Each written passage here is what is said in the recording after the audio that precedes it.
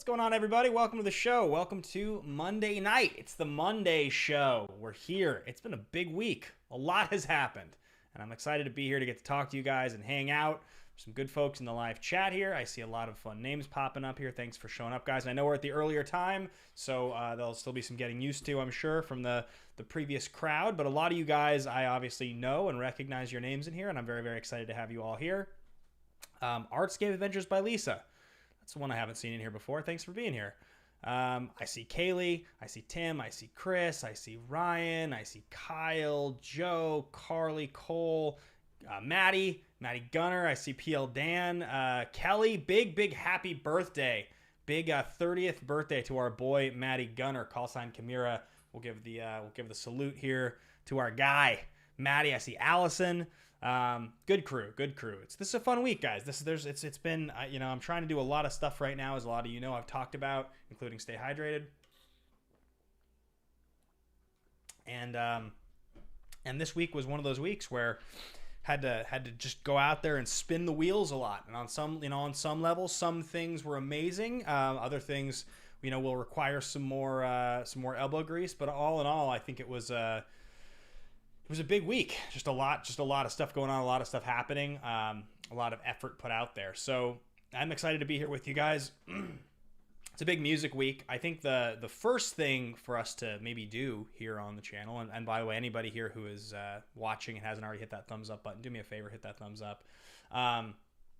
We'll get there in just one second. I did have a Streamlab, actually, I remember that came in before the show started. And this one is from my guy, Ryan Ramberg. So sorry, Dallas, and I missed the first new Monday night stream last week. Caught the rewatch, and we dig everything you're doing with the channel. Also, props to your changes over on Action Guys. Really enjoy the short produced content that you're dropping. Thank you, Ryan. That's really nice of you to say, man. Obviously, the content on here that we're trying to do with the Ben Bateman channel, as it were, I'll get more comfortable referring to my channel in the third person at some point, is there's cool stuff in the pipeline. I'm like actively working on the stuff on this channel. It's just sort of 1 week at a time. But the stuff that we had already started doing over on Action Industry is you guys are seeing. And obviously, it takes more time, to download the assets and splice them in and edit and do everything with those videos. You can tell on certain videos that it takes a little bit more time, even if it's not immense amounts of time. It's certainly quicker than not making videos, and we're seeing a lot of growth on the channel, which is amazing. But it's definitely, it's slow growth, and we're just definitely trying to make sure we are, putting in as much effort into that channel, the same effort I'm putting into this channel. So much of the growth of a YouTube channel and of a brand has to do with that consistency. That's what it is. It really is consistency. More on that in a little bit. I want to talk about that because I know every week here on the Monday show, we do make sure to talk a little bit about some kind of goal setting and some motivational stuff. And I do want to talk about consistency later in the show. That is a really big part of what tonight's show is going to be about. It's something I've been thinking a lot about recently, so we'll swing back around to it. But the first thing I wanted to say was this channel, the formerly known as Nerds and Suits channel, has been around for about a year and change, maybe a year and 4 months. And as a lot of you know, the initial run of this channel, we were putting out a lot of content. One of the cool things is that when I started this channel, I was doing episodes of, A Great Conversation, and I was doing Song from the Scene and stuff like that, live streams. And the video for Sorry for Tonight, the music video that came out last Monday, we talked a lot about it on the show last week, which I'm really proud of how it came out. I really liked that video, and I've had a tremendous amount of positive feedback, which has been so cool and rewarding.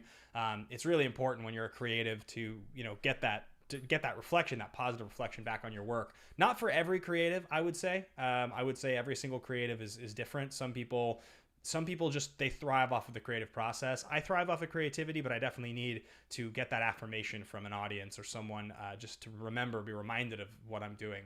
Maybe that's, who knows if that's positive or negative, just trying to be honest about it. But the point is, I thought because the lyric video had gotten 4,000 or 5,000 views and the song was from 3 months ago and it had been listened to a lot, I think, by the core people that like it, I kind of, hey, that sounds like a donation there. We'll get there in just 1 second. Big salute to you, Cutter. Lost my train of thought for a second. So because of the song being out for as long as it was, I didn't expect the video to really perform as well as it has, and I'm surprised by it a little bit. It will, if it keeps growing at the rate that it's growing, right now, it's going to very quickly be the most watched video this channel has ever had. I think, unless I'm mistaken, it is currently something like number 3 or so of all the videos that I've done on this channel, and it's been out for a week, which is pretty cool. I gotta say, definitely a surprise a little bit for me. I just didn't really expect that it would have the sort of second life that it's had, just because I figured a lot of people that liked that song had listened to the song a lot already, and it's awesome. That's a really good feeling, you know. That definitely is something like, okay, I think I can look here.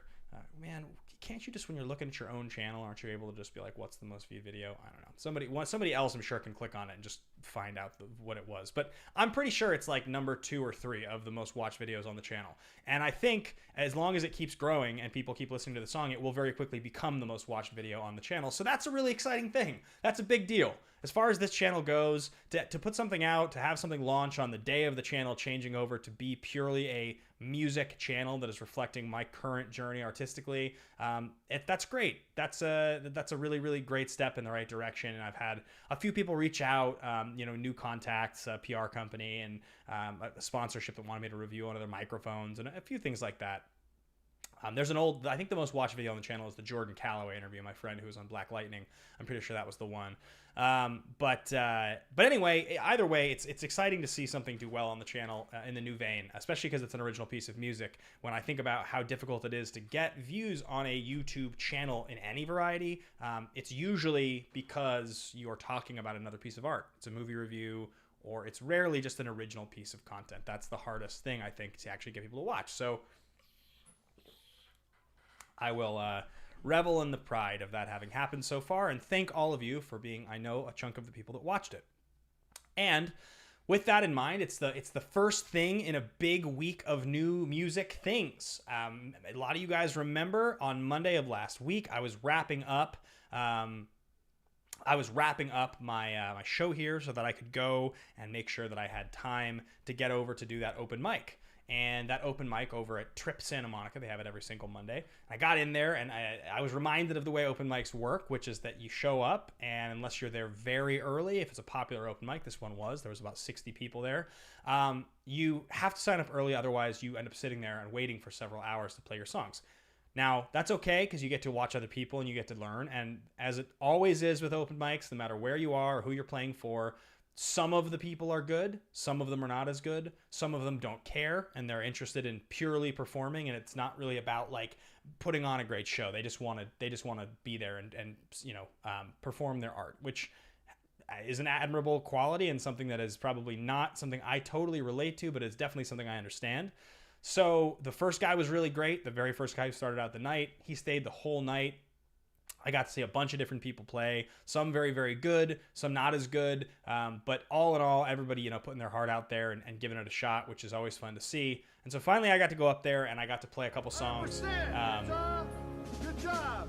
Big salute to you, callsign Bar Tab and the Hair Tussle. Thank you, Jake, for being here, my friend. I'll read these super chats here in just a second, but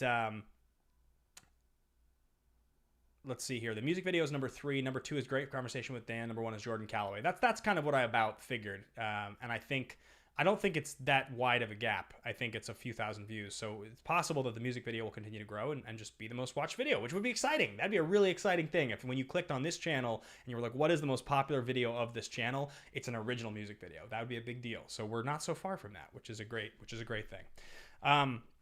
But so I got to play 2 songs. And this is a quality that I distinctly remember from the old days of playing music when I was a lot younger.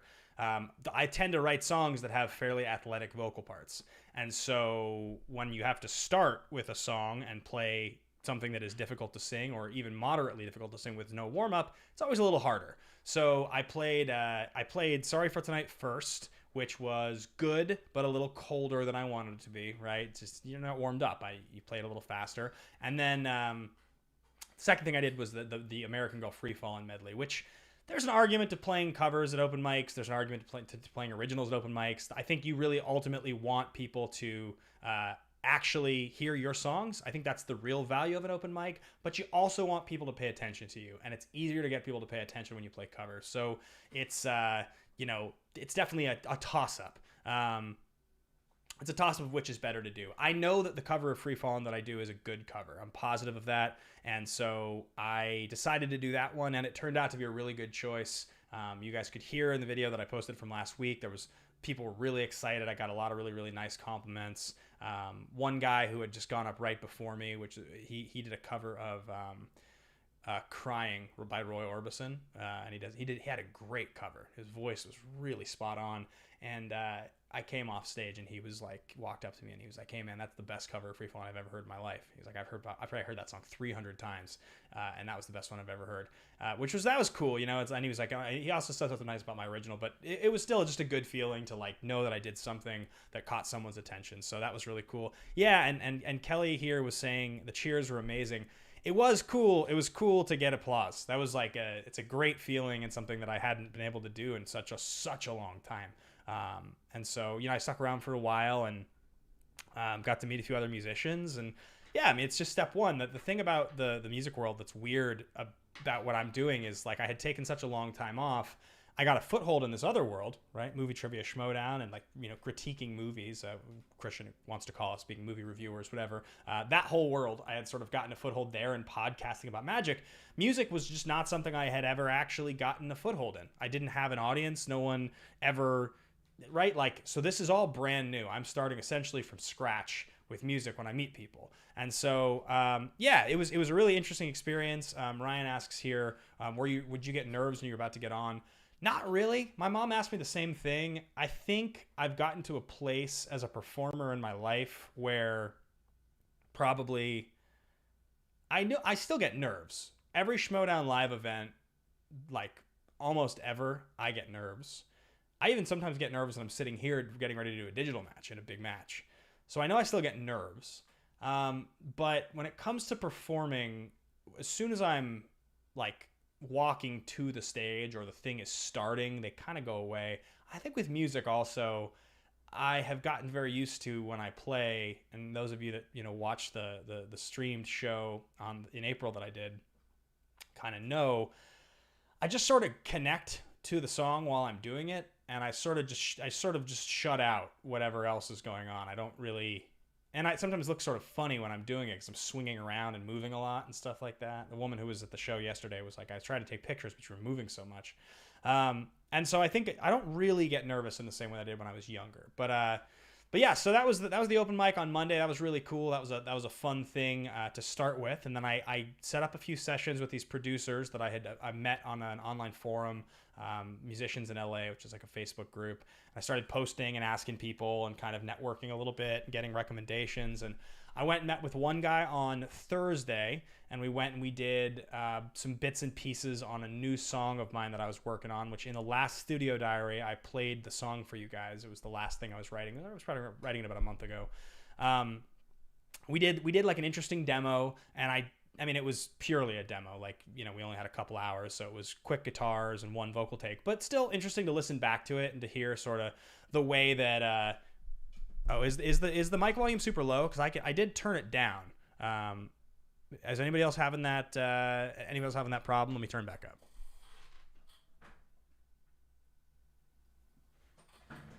How's that? We coming a little better now? Should probably be a little bit louder. Yeah, so I got to, you know, meet with this producer, and we kind of went through the production on this first song. In the next studio diary, I have a couple things to show you guys, actually. A couple recorded. Okay, well, now if it's too loud, I'm blowing you guys out, then that could be bad. So I have a couple recorded songs to show you guys, and they're both just 100% like demos. Neither one of them is like a thing yet, but it is interesting to listen back and start to get a little bit more of a sense of, okay, like this guy, this is his quick style. This is where he leans. His instinct is to produce a song this way. And so that was the Thursday session. It's interesting sounding. It's a little bit overproduced. It's a little bit overproduced, but I still may work with the guy again. I'm not totally sure. What he did was not indicative, I think, of what he's able to do. I've heard the samples of his actual produced content, but obviously I don't have that many opportunities I don't have that many opportunities to work with that many people, so I have to, economize my time and also my money because, times are times are tough, guys. doing my best to do everything to pay for, book the whole tour, and thank God I've sold enough tickets that I actually have the money to book all the venues and get all the flights. But the flights are on miles, but the hotels and I had to order a new speaker. There's just a ton of shit, so. I have to be fairly conservative when it comes to agreeing to just work with new producers. So it was an interesting session, though. It was an interesting session because I played him through about 10 demos, and a lot of them are songs you guys have heard as I've written songs over the last year. And he chose this one particular song that it's a cool song. I like it. He heard something in it. He decided that was the thing he wanted to work on, and so now if we work on something, I'll probably go back and work on that again. So that was Thursday. Then on Saturday, then on Saturday, I went and worked with another guy that I met in the group, and I had sent him the version of Happiness that I have, which is just acoustic guitar and vocals. So that's what I had, and I sent that to him, and he had already kind of come up with a little bit of an idea of what he wanted to do on Happiness, and it's dancier. It's got a groove. Like, it's hard to explain. You guys in the studio diary will hear this. And those of you that don't know what I'm talking about, go to patreon.com/Ben Bateman. Right now, it's about once a month I'm doing. I get in for an hour. I show you guys the new stuff I'm writing. And I also play you guys demos of anything I'm recording, covers I'm working on. I just kind of go through, run the gamut of what's going on behind the scenes with my music. It's a fun thing we do. And I took a couple months I didn't do them, but in general, I try to do them about once a month. And so it's one of the perks at the diamond tier over on Patreon. But he had already taken the version of Happiness that I sent him, and he had already kind of chopped it up and tried to come up with what he thought worked. And it's got like this really happy groove, like a 90s, almost dancey. Like, it's not what I expected. It doesn't sound like a big rock or like pop ballad as much. It almost sounds like, it's just hard to explain. So if we keep going in that direction, which I think we probably will, you guys will hear it sooner than later. I really like it. I think that he did a really cool job with it. I think it's really interesting. And, there's some slide guitar in there. It's an interesting production. So we'll see what ends up happening with that one. I came home after I'd worked on that one and kind of, was trying to digest the two different people I had worked with and what I thought was the best option, the best opportunity to move forward. And then the next day on Sunday, we had to do Action Guys early because I had this show, and there's a showcase at this place in Hollywood called the North End. It's this little bar, and they have a cool stage, and they've just, since the really awful first part of the pandemic has slowed down here, has started to open back up a little bit. Everybody's masked, of course, and sanitizing the mic and everything. But I got 30 minutes, so I was able to play like 7 songs. And I cut a couple originals from the set. I ended up replacing with more covers, only because it was a smaller room. There weren't as many people there. I didn't really invite anybody. And I felt like singer-songwriter acoustic songs were going to kind of get lost a little bit while people were there hanging out. So I decided to do more in the way of covers that people recognize. And so I did play Sorry for Tonight, and I did play Happiness, and I played Don't You Look Back Now. I cut Late Night Love Song from the set, and I cut Pieces of Us That Went Wrong, and they both just felt like they were a little too quiet for what I wanted. I ended up playing 3 covers, but it was good. It was a lot of fun. I played Sorry for Tonight second to last. I closed with that same cover, the Free Fallin' cover. And what was really fun about Sorry for Tonight was by the time I got there, I was 6 songs into the set, and or 5 or 6 songs into the set, and so I was warmed up.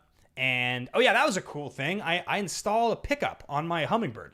I was reticent to do it in the first place, but I went to McCabe's Guitar Shop, which is in Santa Monica, and they're a pretty legendary repair shop. And they had this device. It's these 3 sensors they put right underneath the bridge, and it's very simple. It's very light. It adds no weight to your guitar. And now I can plug in the Hummingbird, because previously the Hummingbird was purely acoustic. You could not plug it in anywhere. And so now I have the ability to actually plug in and record the guitar directly, or plug it into like a PA system and play it. So I'll actually be able to play the Hummingbird live in LA. I'm not going to bring it with me on tour because I don't want to like break it, but the LA show, I'm going to be able to play it and actually perform with that guitar, unless I decide to audible and just chance it with the tour, but I don't think so. I think it's just, it means too much to me. But it was so fun to be able to play the Hummingbird in in front of everybody. Like I got to play that song in front of, or play that guitar in front of people, right? I got to open my fucking case and take out my dream guitar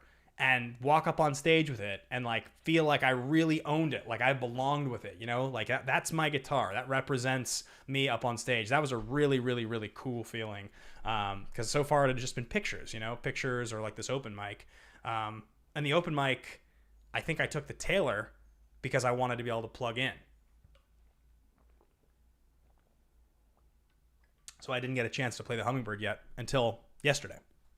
But overall, the set was good. I felt pretty good about it. You know, I need to finish some songs is something I'm realizing. I have all these half songs, and I want to be able to play sets that have more originals in them, and I keep sort of delaying finishing songs. But I have all these ones that I like that are close, so I just need to go in and finish writing them. That's like a goal this week, is to get in there and start actually writing the second verses and finishing bridges and making sure that it's all done.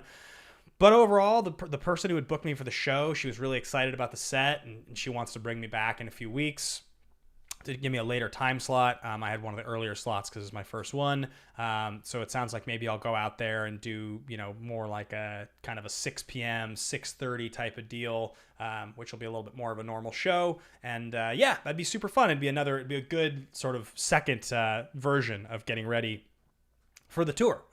Incidentally, North End is 1 block away from Scum and Villainy, so back-to-back weekends driving out to Hollywood, which was funny to me. I hadn't done that in a long time. But yeah, so it was a big week, guys. We had an open mic, we had a show, we had 2 sessions with producers. The video came out. It's become one of the most watched videos on the channel, and I'm feeling like there's momentum. I started sending out inquiries to venues and booking venues. So for the first locations of the tour, I have a couple of different options that I'm starting to look at and talk to the venue owners. And one thing I was thinking about was, this was a suggestion that one of the producers I was with made.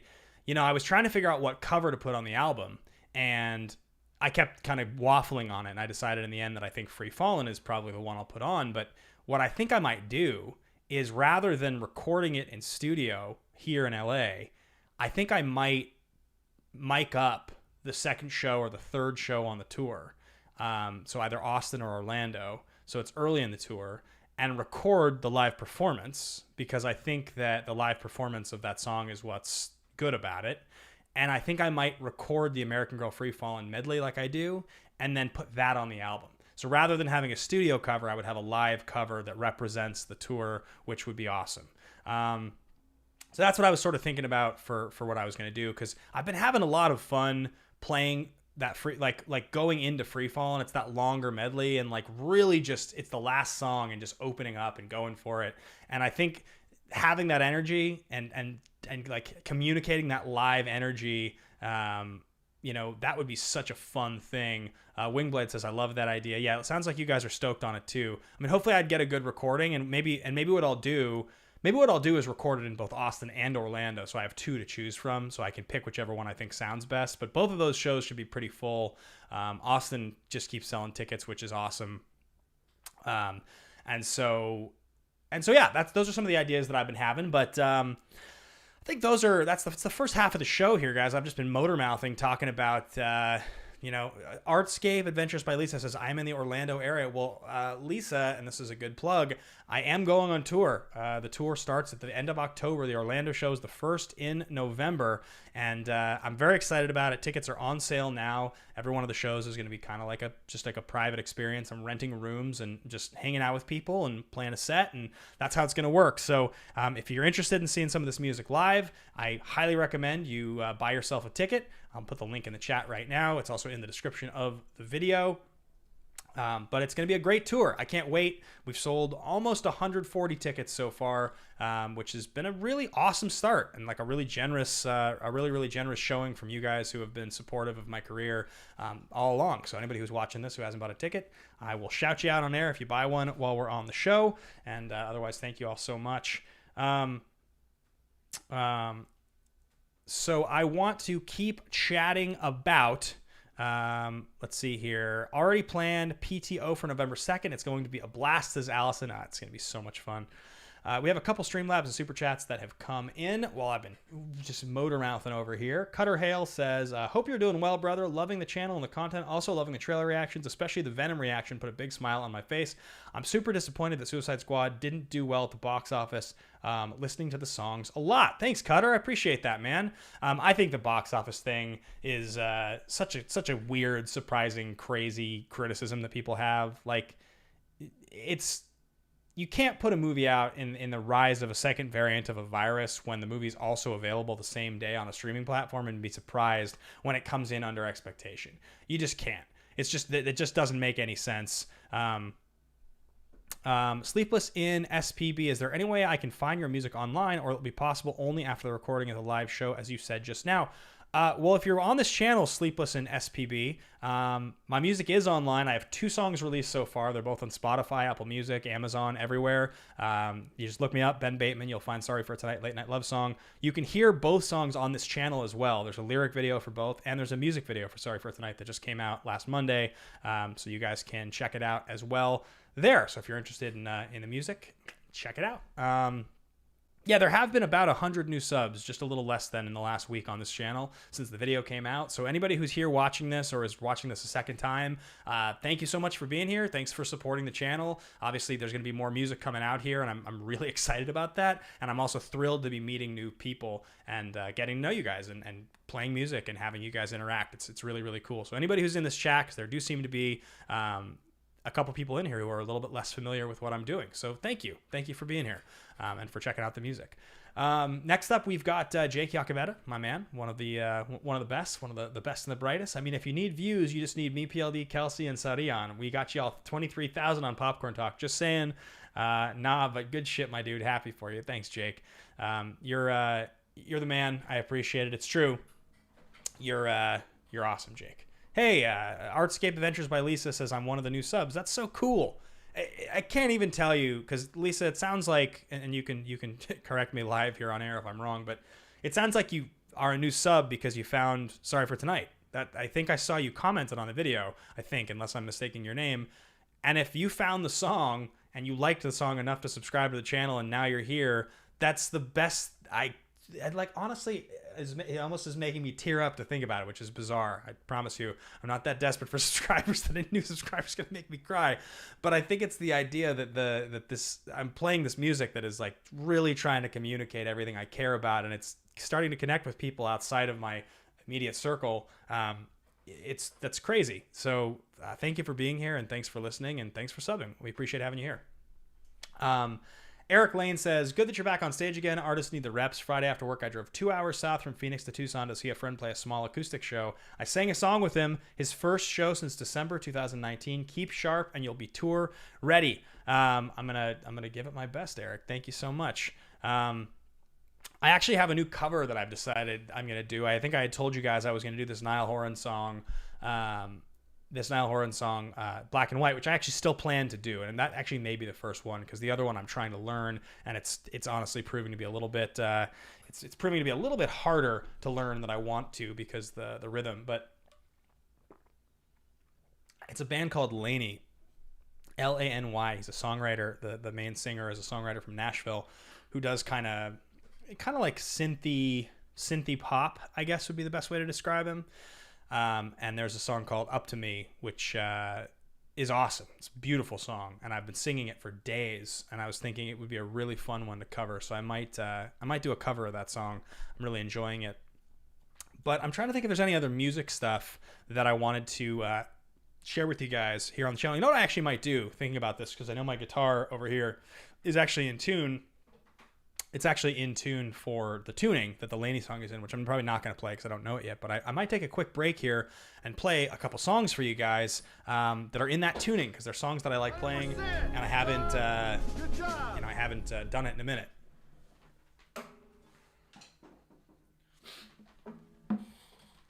Just got a donation here from Dallas. Thank you so much, Dallas. Ramberg Candle Co. Represent. Congrats on your open mic and your music video. Thank you, Dallas. I appreciate that. Take off the headphones.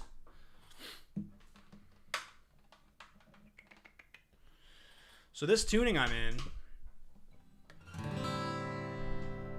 all you do is you take your B string and you tune it up to C, so that when you play a C chord for any guitar player, you just don't hit the B string on it.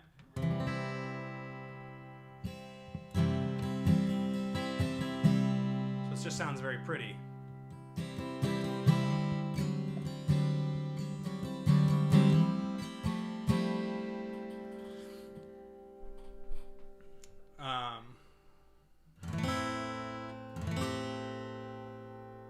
This is actually the tuning that I used to play this Goo Goo Dolls cover in. The one that goes... 1,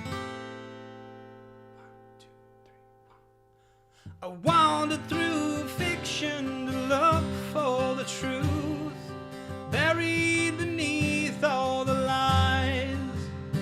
And I stood at a distance to feel who you are, hiding myself in your eyes. For it's too late, run till we leave this behind. Don't fall, just be who you are.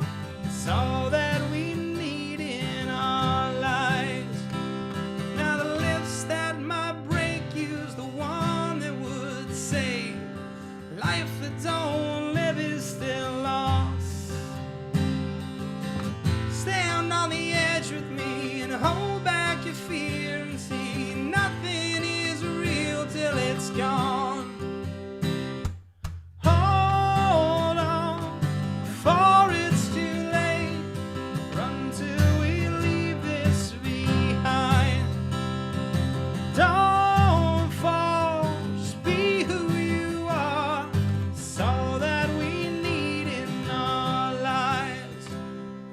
Can't remember the bridge of that one. We sound a little out of tune, I think.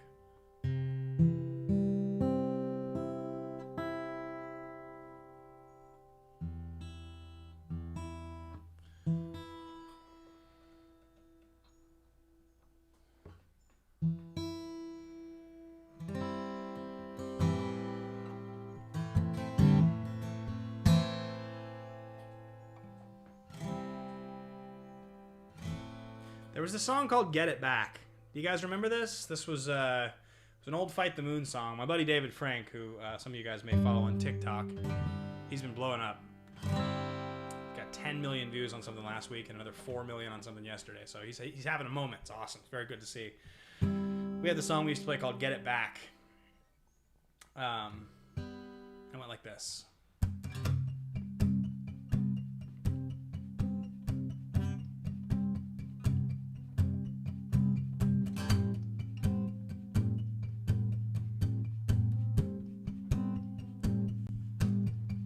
This night has stopped for us. My clock's no longer counting down for the sun to rise. As I close my eyes, the lights up in the sky are the only lights for miles until the day begins and I stray from you.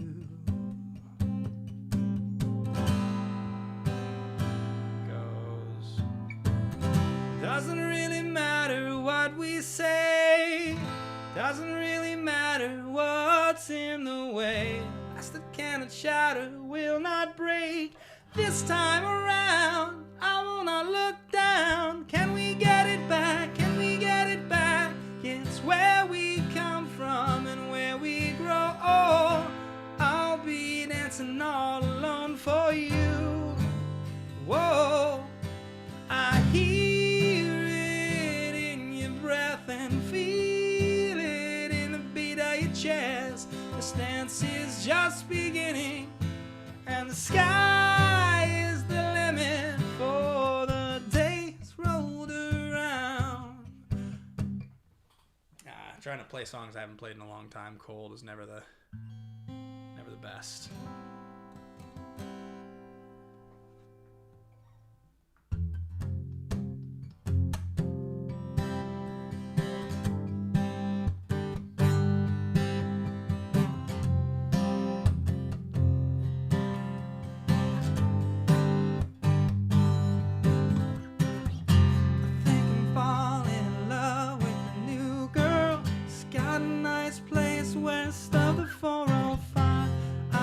sitting drunk with you from a paper bag.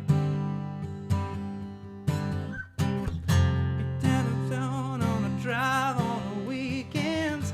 Then I found a man, a friend that I might not know. I was going nowhere with you on down Fairfax.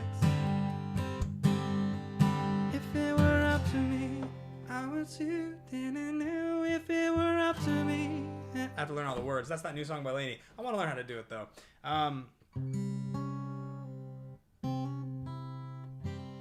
Anyway, that's probably enough music for now because I'm kind of all over the place with it. But maybe I'll do one more, kind of proper something at the end that I can actually play comfortably without screwing around and messing it up. But anyhow, guys, it's been a good week. I wanted to talk to you a little bit about consistency. It's something I've been thinking a lot about this week. Something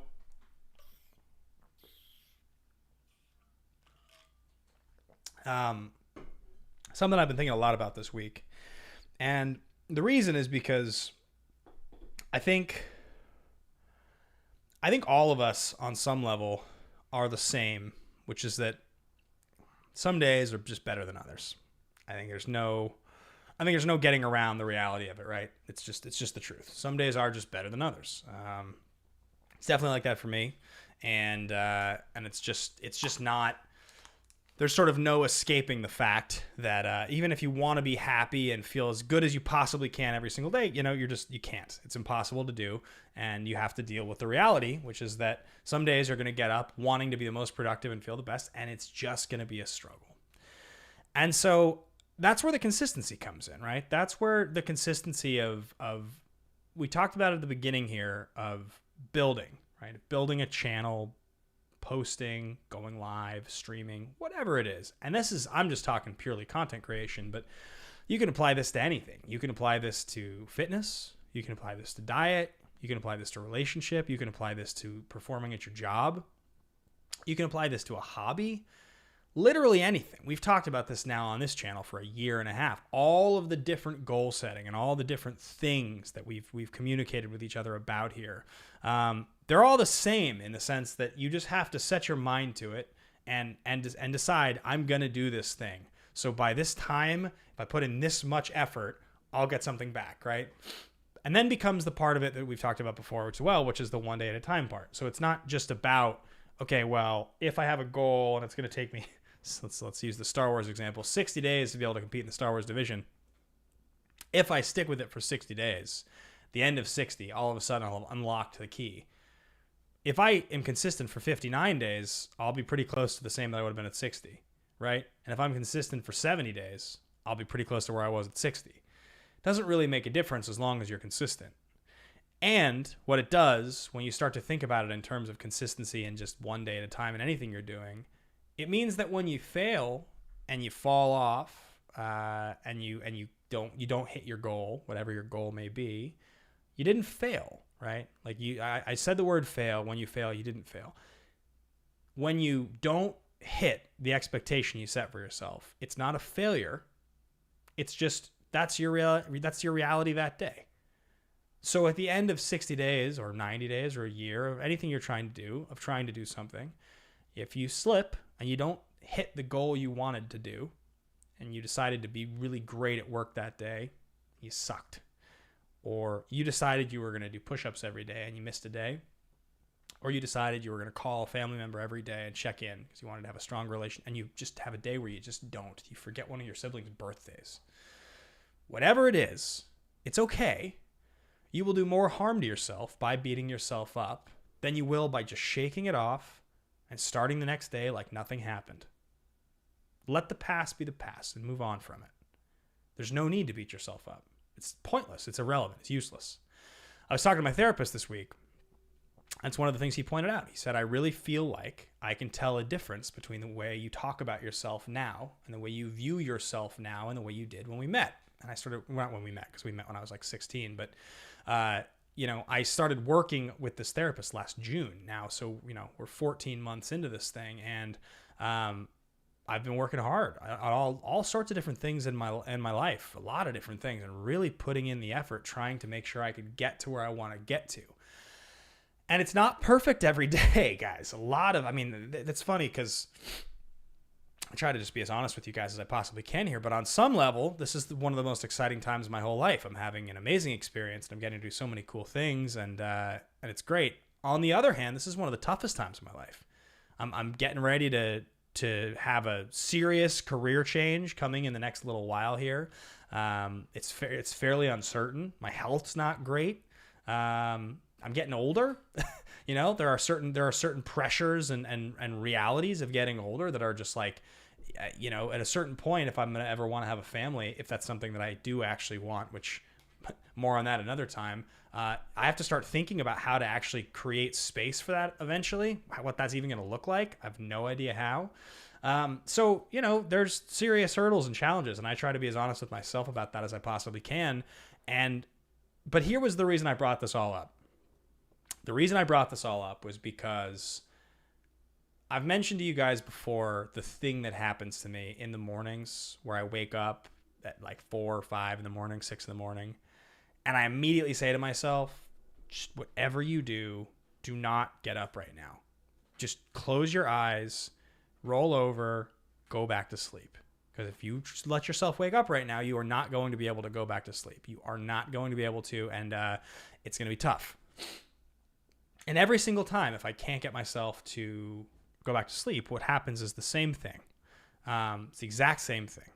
What ends up happening is I start thinking about the unbearable pressure of life, the just insane pressure of all of the different things I've set forth for myself. All the challenges, all of the wants, all of the compromises, all of the dreams and goals, all that stuff. Everything. Physical, financial, emotional, the whole gamut, right? But what I notice is, in the most panicked moment, when I'm laying there in bed, paralyzed by fear at 5 in the morning, and I can't get myself to go back to sleep, by 2 p.m. in the day, I'll wake up and I'll go about my day and I'll work and I'll go to the gym and whatever. All the same things were true that they were 8 hours difference, right? All of them.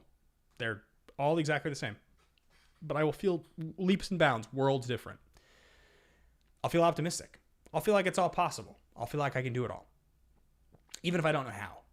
I'll feel like, who's putting pressure on me other than myself, right? What all those things I talked about, the societal pressure and creating space, and I've gotten this far, right? I'll get to the next thing, whatever that life is, whatever that reality is. It'll be awesome. It's been a great ride to get here. So who's really telling me it's not going to be a great ride to get from here to the next thing?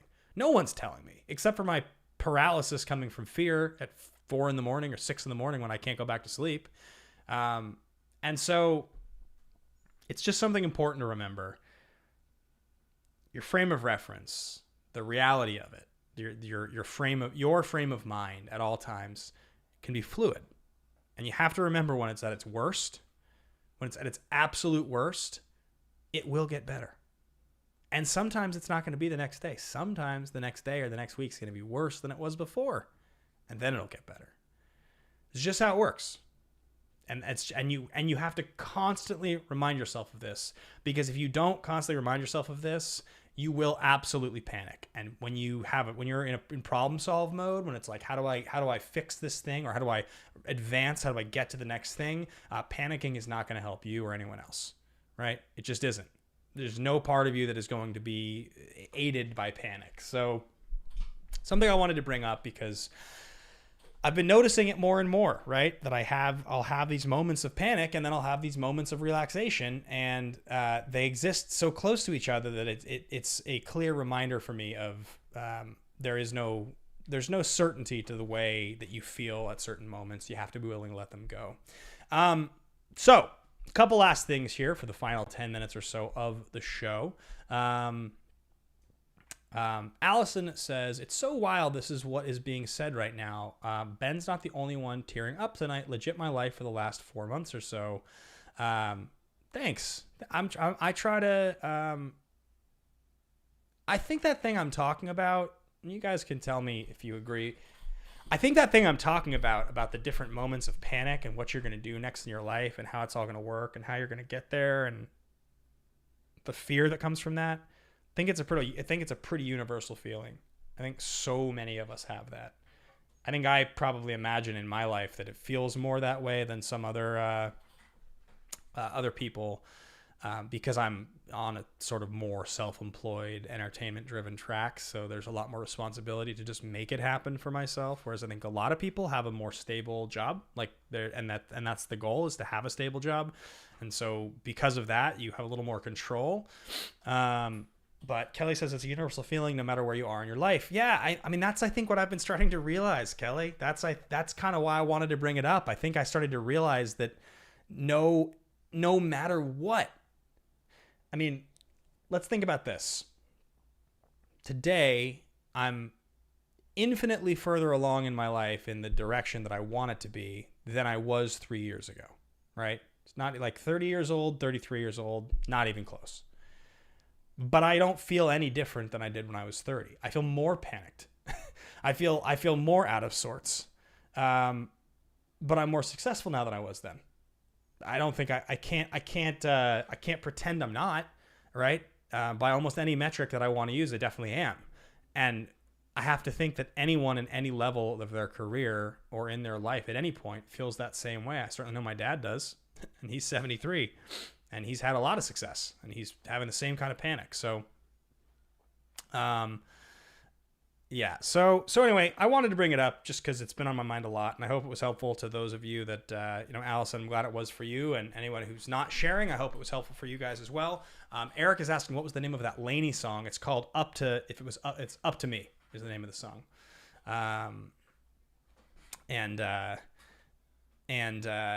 Yeah, it's a beautiful song. I wish I could play it better right now, because I'd